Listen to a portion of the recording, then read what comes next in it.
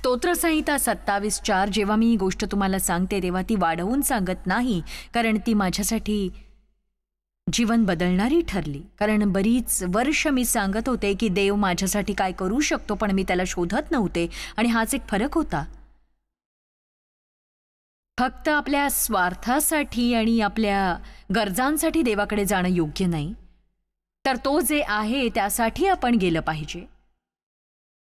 देवाचा हात नव्हे तर त्याचं मुख शोधलं पाहिजे. आपण त्याचं मुख शोधलं तर त्याचा हात सुद्धा मोकळा होईल. पण जर हाताकडेच पाहिलं तर तो त्याचा घोर अपमान होईल. परमेश्वराजवळ एक वरदान मी मागितले, त्याच्या प्राप्तीसाठी मी झटेन.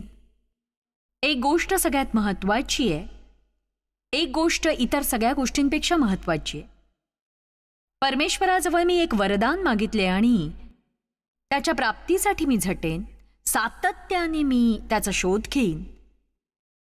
ते हे की आयुष्यभर परमेश्वराच्या घरात माझी वस्ती व्हावी. मी त्याच्या उपस्थितीत दिवस घालवावेत आणि त्याचं मनमोहक रूप आणि अप्रतिम सौंदर्य सदैव न्याहाळत राहावं आणि केवळ त्यावरच मनन, चिंतन आणि ध्यान करत राहावं. परमेश्वराजवळ मी एक वरदान मागितलं, त्याच्या प्राप्तीसाठी मी झटेन. ते हे की आयुष्यभर परमेश्वराच्या घरात माझी वस्ती व्हावी आणि त्याचे मनोहर रूप मी पाहावे.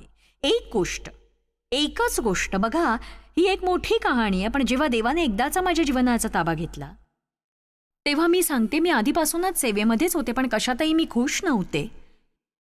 मी अगदी निराश होते आणि झगडत होते. माझ्या हाती लागेल त्या सर्व सभांची मी जोमाने तयारी करायचे आणि सैतानावर ओरडत बसायचे. सैतान मला वरचढच असायचा. आणि मी देवाची इतकी आभारी आहे की त्याची सहनशीलता सातत्याने माझ्याबरोबर होती आणि तो मला तयार करत होता आणि तो मला शिकवत होता की मी पृष्ठभागावरच आहे, वरवरचंच कळतंय, खोलवरचं नाही. आणि मला खोलवर जायची गरज होती. मी दैहिक जीवन जगत होते, मला जे वाटतं, जे हवंय, जे जाणवतंय. पण बघा, माझं देवासोबत खोलवर असं नातं प्रस्थापित झालं नव्हतं. आणि जर तुम्हाला देवाला ओळखायचं असेल तर विचारांपलीकडे गेलं पाहिजे. तुम्हाला जे हवं वाटतं त्या पलीकडे जायला हवं. तुम्ही प्रार्थना करताना तुम्हाला देवाची जाणीव होत नाही, तेवढ्यावरून तो नाही असं होत नाही. आपण देवाचा शब्द आपल्या जीवनात अनुभवायला शिकलं पाहिजे. आणि जेव्हा सैतान म्हणतो तुला देवाची जाणीव होत नाही किंवा तो तिथे नाही, तेव्हा म्हणा तू खोटास.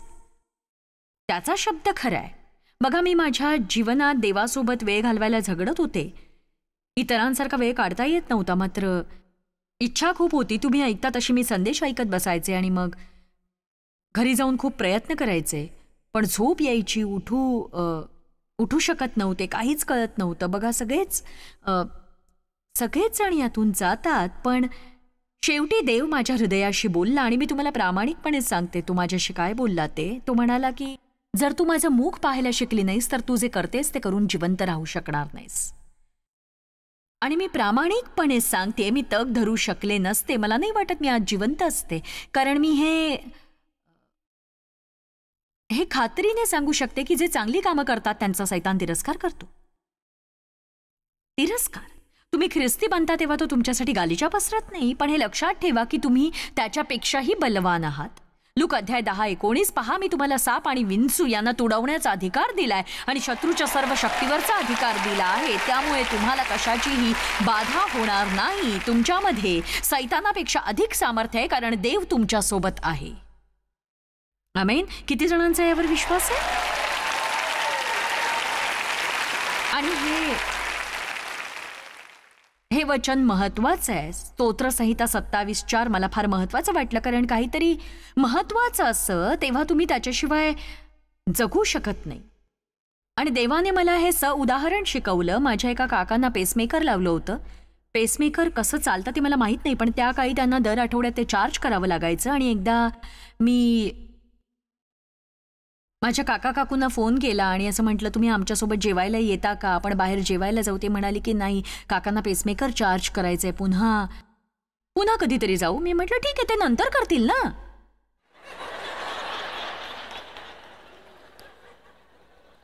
मला काही कळलंच नाही. मी म्हटलं ते नंतर करतील ना. पण तिला वाईट वाटलं. ती म्हणाली, नाही नाही तर त्यांचा जीव जाईल. आणि मग देवाने मला सांगितलं, जर तू मला प्रथम स्थान दिलं नाहीस आणि प्रत्येक गोष्टीच्या वर मला ठेवलं नाहीस, मला आपली महत्वाची गरज समजली नाहीस, तर विजेचा प्रवाह नसलेल्या तारेसारखी तुझी गत होईल, एवढं नक्की. आणि बघा, मी तुम्हाला हे सांगू शकते की जर तुम्ही शक्तिस्थानाशी जोडले गेले नसाल तर मग म्हणजे बऱ्याचदा मी इथे एक दिवा घेऊन येते आणि सोबत त्याची वायर असते, पण प्लग लावलेला नसतो. आणि तुम्ही दिवा लावायचा कितीही प्रयत्न करत राहिलात, तो काही केल्या लागणार नाही. आणि मग तुम्ही तो बल्ब काढून म्हणजे त्या जागी दुसरा बल्ब लावला तरी लागणार नाही. नेमकं काय चुकलं? प्लग लावला नाही. काही जणांचा प्लग निघून जातो आणि काही जणांचा प्लग कधीच लागलेला नसतो. ते लोक योग्य गोष्टी ऐकत असतात, योग्य गोष्टी शिकत असतात. आणि मी तुम्हाला सांगू इच्छिते, देवाबरोबरचं नातं म्हणजे केवळ नियमांचं साचेबद्ध रीतीने पालन करणं नव्हे, तर ते पण आपल्याला शिस्तही हवीच, मार्गदर्शक तत्वही हवीत. पण मला वाटतं की बऱ्याच जणांना देवासोबत वेळ घालवायचा म्हणजे नेमकं काय करायचं ते कळत नाही आणि त्यामुळे ते वेळ काढत नाहीत. तुम्ही काय करता त्याच्याशी मला काही देणं घेणं नाही, पण तुम्ही एका खोलीत जा, हसा, रडा, गाणी गा, वाचा, नाचा, ओरडा, प्रार्थना करा, मला खरंच परवा नाही. पण तुम्ही देवासोबत वेळ घालवायला शिकायलाच हवं. तुम्ही देवाची सवय लावून घ्यायला. आमेन. मी देवासोबत वेळ घालवला नाही तर आनंदी नसते आणि देवासोबत वेळ मी घालवला नाही तर माझ्या मनात शांती नसते. मी देवासोबत वेळ घालवला नाही तर माझं कौटुंबिक आयुष्य नीट नसतं. माझी सेवा देखील अरबट चरबट अन्नासारखी होऊन जाईल. मग मी निराश होऊन जाईन, मी झिजून जाईन, माझ्यात सामर्थ्य नसेल, सगळं काही कठीण होईल, प्रत्येक गोष्टीत यातना असतील आणि सगळं कठीण होऊन बसेल. पण जर मी देवाला प्रथम स्थान दिलं तर मग सर्व गोष्टी व्यवस्थित घडून येतील आणि देव माझ्या लढाया लढेल. आमेन. तर देवाने मला त्यांच्यासाठी काही करायला सांगितलं. मला तुमचं माहित नाही, पण त्याने मला काही करायला सांगितलं. तो म्हणाला, तू मला आणखी कुठलीही गोष्ट मागू नकोस, असं काही मागू नकोस जे वस्तू या गटात मोडतं, आणि मी तुला परवानगी देईपर्यंत तू मला एकही गोष्ट मागू नकोस. आणि अक्षरशः 6 महिने असेच केले. बघा, देवाकडे वस्तू मागणं अयोग्य नाही, पण माझी एक समस्या होती. मला वस्तूंचं आकर्षण होतं. मी प्रथम देवाचं राज्य शोधत नव्हते, मी राज्याचे फायदेच शोधत होते. बघा, राज्याशिवाय तुम्हाला त्याचे फायदे मिळूच शकत नाहीत. प्रथम देवाचं राज्य आणि त्याचं नीतिमत्व मिळवा, म्हणजे या सर्व गोष्टी तुम्हाला प्राप्त होतील. देवाच्या मागे जा म्हणजे वस्तू तुमच्या मागे येतील. आणि आता माझं लक्ष देऊ नाही का, तुम्ही देवाची मुलं आहात आणि देव फक्त आपल्या मुलांनाच आशीर्वाद देऊ इच्छितो. आपल्याकडे किती आहे यापेक्षा, बघा, आपल्याकडे किती आहे यापेक्षा आपण देवाला काय स्थान देतो हे देव पाहत असतो.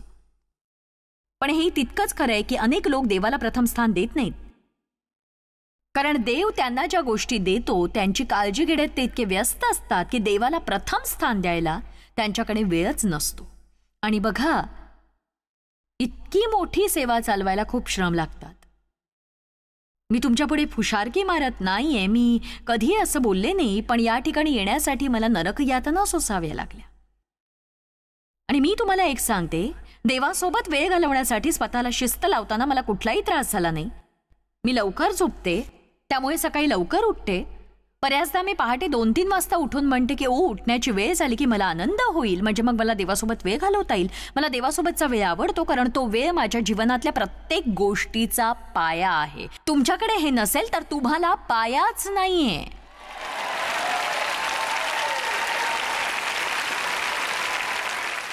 मग जॉयस, तू या वेळेचं करतेस तरी काय? वेगवेगळ्या गोष्टी करते. बघा, मी वाचते, मी बायबल वाचते, कधी कधी मी बरेच दिवस बायबल वाचत नाही. आणि बघा, माझ्याकडे माझं स्वतःच असं एक विश्व आहे, माझ्याकडे बरीच पुस्तकं आहेत आणि मी देवाला पत्र लिहिते. मला माझ्या डायरीत लिहायला आवडतं.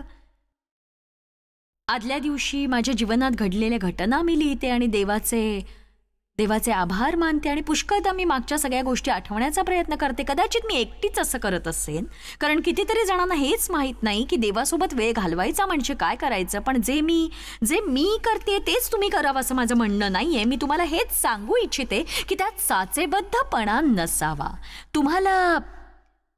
समजा तुम्हाला सकाळची वेळ देणं जमत नसेल तर तुमच्या कार्यालयात दुपारच्या जेवणाच्या सुट्टीत इतरांबरोबर गप्पा टप्पा मारण्यापेक्षा कुठेतरी एकटे जा, तुमचा डबा खा आणि थोडंसं वाचन करा, थोडंसं फिरा, देवाशी बोला. देवा मला तू हवा आहेस. आणि बघा, मीही अस्वस्थ असताना प्रार्थना करायचे, पण मग तरीही मी अस्वस्थच असायचे नेहमी.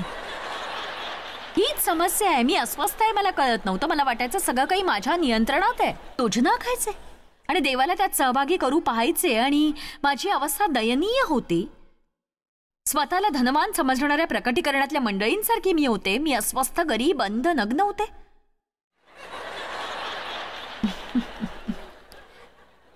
मला काय म्हणायचंय ते इथे कुणाला कळतंय तरी का? एक सांगू का? आता इथे बसून तुम्ही सगळेजण निश्चय करून म्हणाल की मी रोज सकाळी देवासोबत माझा काही वेळ नक्कीच घालवीन.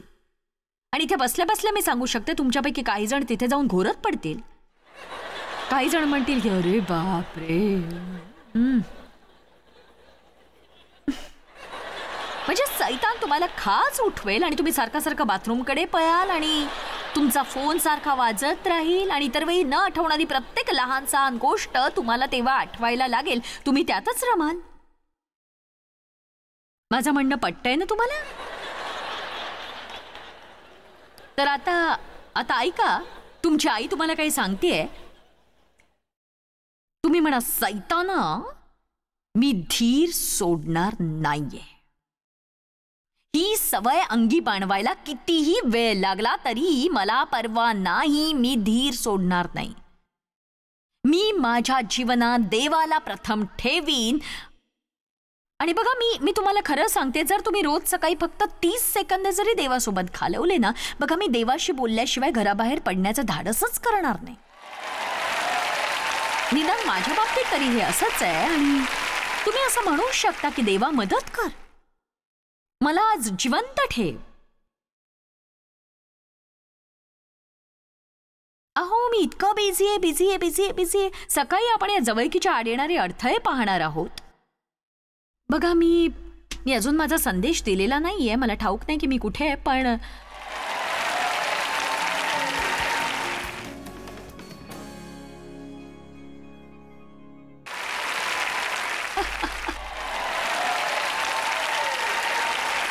आता हे ऐका, देवाजवळ मी एक वरदान मागितलं ज्याच्या प्राप्तीसाठी मी झटेन. तर देवाने मला त्या 6 महिन्यांमध्ये हीच गोष्ट करायला सांगितली. जेव्हा मी असं म्हणायचे, देवा मला हे हवंय, तेव्हा मी लगेच म्हणायचे, मला तू हवायस. त्यावेळी जेव्हा मी काही मागू पाहायचे तेव्हा माझ्या घशात काटा अडकल्यासारखं व्हायचं आणि मी लगेच माझे शब्द बदलायचे. आणि मग नंतर माझ्या लक्षात आलं की देव मला माझ्या मनातलं ते सगळं काही देतोय जे मी त्याच्याकडे मुखाने कधीही मागितलं नव्हतं. स्तोत्रसहिता 37 प्रभूमध्ये आनंद कर, म्हणजे तो तुझे मनोरथ पूर्ण करील. आमेन, आमेन. देवाजवळ मी एक वरदान मागितलं, त्याच्या प्राप्तीसाठी मी झटेन. ते हे की आयुष्यभर देवाच्या घरात माझी वस्ती व्हावी, म्हणजे मी त्याचे मनोहर रूप पाहत राहीन. कारण विपत्काली मला तो आपल्या मंडपात लपवील, मला तो आपल्या डेऱ्याच्या गुप्तस्थळी ठेवील. तो मला खडकावर उचलून ठेवील. आता सभोवतालच्या माझ्या वैऱ्यांपुढे माझे मस्तक उन्नत होईल आणि त्याच्या डेऱ्यात मी उत्सवपूर्वक यज्ञ आणि गायन वादन करीन. हालेलुया. कधी? जेव्हा एक गोष्ट जी इतर गोष्टींपेक्षा महत्वाची आहे, म्हणजे त्याची समक्षता माझ्या मनात असावी. मोशेला देवाच्या समक्षतेचं महत्व ठाऊक होतं. तो म्हणाला, प्रभू, मी त्यांच्याकडे जाऊन मला कोणी पाठवलंय म्हणून सांगू. देव म्हणाला, मी तुझ्यासोबत जाईन. मोशे म्हणाला, तू येणार नसशील तर मी जाणार नाही. म्हणजे जर देव इथे नसेल तर मीही इथे येऊन तुमच्याकडे पाहत बसणार नाही. मला तशी जबाबदारी स्वीकारायची नाही. आपल्या जीवनात देव हवाच मित्रांनो. देवाविषयी जाणून घेऊ नका, देवाला ओळखा. उसन्या विश्वासावर तुम्हाला तग धरता येणार नाही. तुम्ही स्वतः देवाबरोबर आपलं नातं सोडा. यावर जगू नका की तुमच्या आईला, आजीला किंवा तुमच्या जोडीदाराला किंवा पालकाला किती ठाऊक आहे. तुम्हाला काय ठाऊक आहे? तो जो परात्पराच्या गुप्तस्थली वस्ती करतो. वस्ती करणं म्हणजे तिथेच राहणं, रविवारी सकाळी भेट देणं नव्हे. जो परात्पराच्या गुप्तस्थली वस्ती करतो तो सर्व समर्थाच्या सावलीत राहील, म्हणजे निरंतर राहील, आणि शत्रू त्याच्या पुढून पळतील. आणि बघा, मला हे आत्मिक युद्धासारखं वाटतंय. देव माझ्या लढाया लढेल, मी त्याच्यासोबत वेळ घालवीन आणि तो माझ्यासाठी लढेल. तुम्हाला हे आवडलं का? म्हणजे असं की माझ्याकडून डब्याचं झाकण उघडलं नाही तर मी ते देवकडे नेते. काही चिंता नाही, त्याच्याकडे उपाय आहे. फक्त त्याच्या सोबत राहा. तुम्ही त्याच्यावर निस्सीम प्रीती करा. मी सांगते तुमच्या समस्येवर तोडगा निघेल. कुठल्याही गोष्टीविषयी संभ्रमात राहू नका. देव ती सोडवू शकत नसेल तर तुम्ही तर कधीच नाही. स्तोत्रसंहिता 31:20 बघू. त्यांच्या मनुष्याच्या कटांपासून तू आपल्या समक्षतेच्या गुप्तस्थळी लपवशील. जिभांच्या कलहापासून त्यांना तू मंडपात राखशील. याचा अर्थ जेव्हा तुम्ही देवाचा आश्रय धरता तेव्हा लोक तुमच्याविषयी काहीही बोलले तरी त्याचा तुमच्यावर काहीही परिणाम होत नाही. देव त्यांच्या कपटी भाषणापासून तुम्हाला चांगलं सांभाळतो. जे कोणतेही हत्यार तुझ्या विरुद्ध चालवायला घडलेले आहे ते साधणार नाही. तुझ्या विरुद्ध वाद घालणाऱ्या जिभेला तू अन्यायी ठरवशील. अन्यायी. प्रभूचा जय जयकार करा.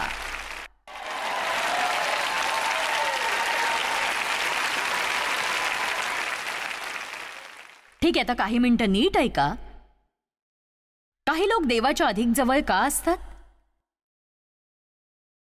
काही जण इतरांपेक्षा देवाच्या अधिक जवळ असतात.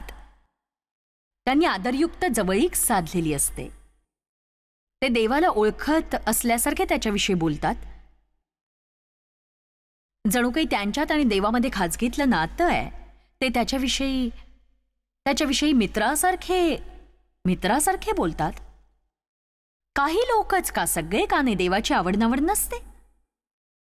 देव तोंड पाहून वागत असतो का? वचन आणि अनुभव असं शिकवतो की देव नव्हे तर आपणच देवाबरोबरची आपली जवळीक ठरवत असतो. आपणच. येशूविषयी जरा विचार करूया. त्याने 70 शिष्यांना दोघे असं सेवेसाठी पाठवलं. सुवार्ता सांगण्यासाठी, दुरात्मे काढण्यासाठी. आणि त्यातून मग 12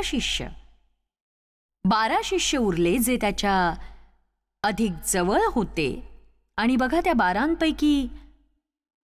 12पैकी 3 जणांना म्हणजे पेत्र, याकोब आणि योहान यांना त्याने विशेष प्रसंगांसाठी वेगळं काढून सोबत घेतलं. आणि असं वाटतं की त्यांना अधिक विश्वासू मानलं. ते अधिक स्थिर आणि परिपक्व शिष्य असावेत. आणि तिघांमधूनही एक जण जवळ होता, योहान. आता या क्षणाला या सभागृहातील प्रत्येक व्यक्ती हवं तितकं देवाजवळ जाऊ शकते. तुम्हाला आवडलेलं दिसत नाही?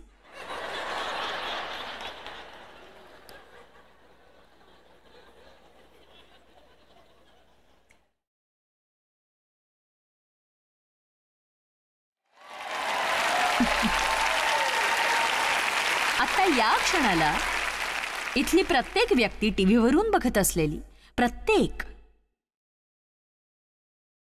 प्रत्येक व्यक्ती देवासोबत आपलं व्यक्तिगत नातं अगदी उत्तम प्रकारे प्रस्थापित करू शकते, जे सहज शक्य आहे. माझ्या जीवनात एक वेळ अशी होती, हे शक्य आहे मला ठाऊकही नव्हतं. जर तुम्हालाही हे शक्य आहे, ठाऊक नसेल तर आम्ही तुम्हाला फ्री पास देऊ.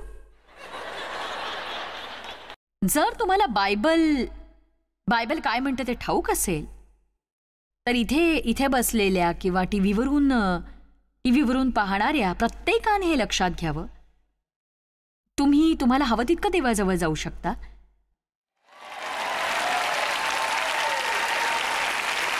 आणि मी तुम्हाला एक सांगते, आपली सगळ्यात मोठी समस्या ही आहे की हल्ली लोकांना आपली जबाबदारी व्हायला आवडत नाही. देवाबरोबरच्या वाटचालीत आपण आपली जबाबदारी पूर्णपणे पार पाडायला हवी, कारण देव पक्षपाती नाही. इच्छुक असलेल्या प्रत्येकासाठी अभिवचन आहे. प्रत्येकासाठी मी तुझ्यापुढे जीवन आणि मरण ठेवलंय, तू तर जगावं आणि म्हणून जीवनाची निवड कर. 1-2 गोष्टी पाहून आपण थांबणार आहोत.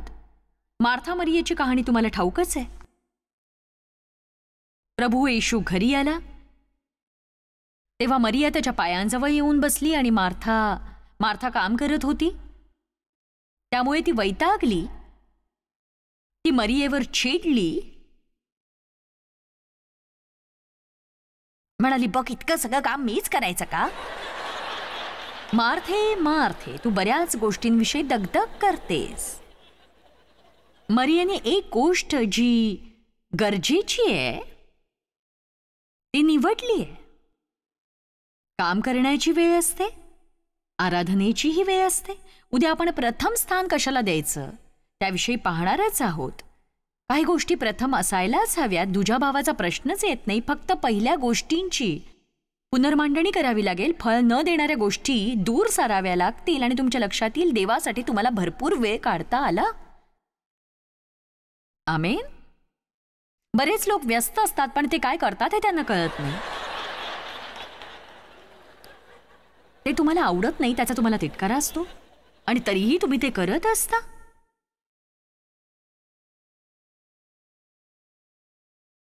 एका क्षणासाठी जरा विचार करा. आपण बायबलमध्ये जवळीकतेचे स्तर बघतो. 70, 12, 3 आणि 1. जेव्हा मोशे 10 आज्ञा घेण्यासाठी गेला तेव्हा असंच घडलं. देव म्हणाला, लोकांना शुद्ध करा आणि 3 दिवसांनी मी इथे येईन आणि तू त्यांना या डोंगराच्या पायथ्याशी घेऊन ये. पण तू डोंगराभोवती एक कुंपण घाल, त्यांनी त्याला स्पर्श करू नये.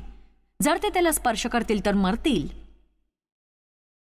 तेव्हा सर्व लोक फक्त डोंगराच्या पायथ्याशी येऊ शकले. ते त्याला स्पर्शही करू शकत नव्हते, कारण देव त्या डोंगरावर उतरणार होता आणि देव पवित्र आहे. आणि ते इतके अपरिपक्व होते की त्यांनी तशा अवस्थेत देवाच्या पावित्र्याला स्पर्श केला असता तर ते अक्षरशः नाश पावले असते. देवाची स्तुती असो, आपण आता ख्रिस्ताच्या रक्ताने जवळ आलो आहोत. तुम्ही देवासोबत वेळ घालवला नाही तर मरणार नाही, पण तुम्हाला मिळू शकणाऱ्या जवळच्या नात्याला मात्र तुम्ही मुकाल. आणि मी तुम्हाला सांगितलेल्या गोष्टी तुम्ही केल्या नाहीत तरी माझी खात्री आहे की तुम्ही खात्रीने स्वर्गात जाल. कारण जर प्रभू येशू तुमचा तारणारा आहे असा तुमचा विश्वास आहे आणि तो तुमच्या पापासाठी मरण पावला असा तुमचा विश्वास आहे तर तुम्ही नक्कीच स्वर्गात जाल. पण म्हणजे याचा अर्थ असा नाही तुम्ही पापी जीवन जगावा आणि त्याबद्दल सबबी सांगत राहाव्या. तुम्ही स्वतःचं आत्मपरीक्षण करा. बघा, तुम्ही एक फार छान व्यक्ती आहात. तुम्ही दरोडे घालत नाही, चोऱ्या करत नाही किंवा हत्या करत नाही. पण तुम्ही फक्त असं म्हणता की मी या गोष्टी करू शकत नाही, ते करू शकत नाही. बघा, मी तुम्हाला एक गोष्ट सांगते. मी तुम्हाला स्वर्गात पाहीन पण तुमच्या यात्रेत तुम्ही मला दयनीय कराल. तुमची अवस्था खरोखर दयनीय होईल. देवाने तुमच्यासाठी राखून ठेवलेल्या बऱ्याच गोष्टींना तुम्ही मुकाल, कारण तो बालकांना सामर्थ्य देत नाही. आणि बघा, तुम्ही आपल्या 3 वर्षाच्या बाळाला आपल्या कारची चावी कधीही देणार नाही. देव सुद्धा प्रेमाखातर असं कधीही करत नाही. जर आपल्यात परिपक्वता नसेल तर देव बऱ्याच गोष्टी आपल्या हाती सोपवत नाही. आणि देव लोकांपेक्षा मोशेवर अधिक प्रेम करत होता आणि म्हणून काही त्याने लोकांना डोंगरापासून दूर ठेवलं नाही. त्यांना इजा होऊ नये असं त्याला वाटत होतं आणि ते जवळ का येऊ शकत नाही. जर तुम्ही निर्गममधले काही अध्याय वाचलेत तर तुम्हाला कळेल की हे लोक तेच होते ज्यांनी मोशेला यायला उशीर झाला म्हणून सोन्याचं वासरू काढून त्याची पूजा केली.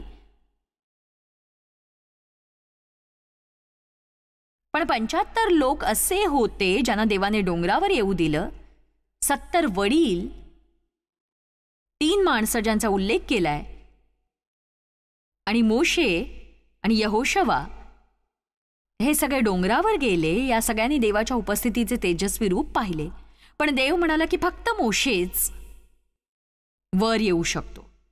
तर म्हणूनच मी विचारू इच्छिते की तुमच्यापैकी कोणाला उंचावर जाण्याची इच्छा आहे का? तुम्ही पर्वताच्या पायथ्याशीच घुटमळू शकता. कुंपणाच्या पलीकडे तिथे काही मजा नाही. तुम्ही सोन्याच्या वासराची पूजा केल्यामुळे तुमच्या वाट्याला ते येईल जे आज कित्येकांच्या येतं.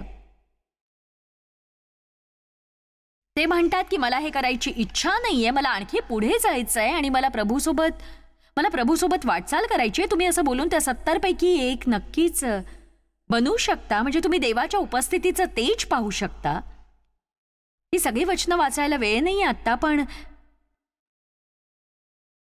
देवाच्या गौरवी उपस्थितीचं तेजस्वी रूप पाहणं अद्भुत आहे. त्यांना देवाच्या गौरवी उपस्थितीचं तेजस्वी दर्शन घडलं. मला नाही माहित त्यांची प्रतिक्रिया काय असेल. आपण म्हटलं असतं वा इथेच राहिलं तर किती बरं होईल. कुणाला आणखी पुढे जायचंय.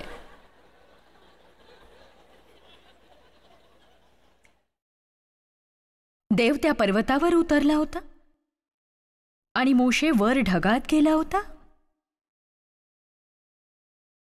आणि एक मित्र दुसऱ्या मित्राशी बोलतो तसा तो देवाशी बोलत होता. असं वर कुणाला जायचंय सांगा. लक्षात ठेवा, देव वाट पाहतोय आपण त्याच्यासोबत जवळीक साधायला किती उत्सुक आहोत याची. जितकं आपण देवाच्या जवळ राहू तितकं आपलं जीवन तृप्त असेल.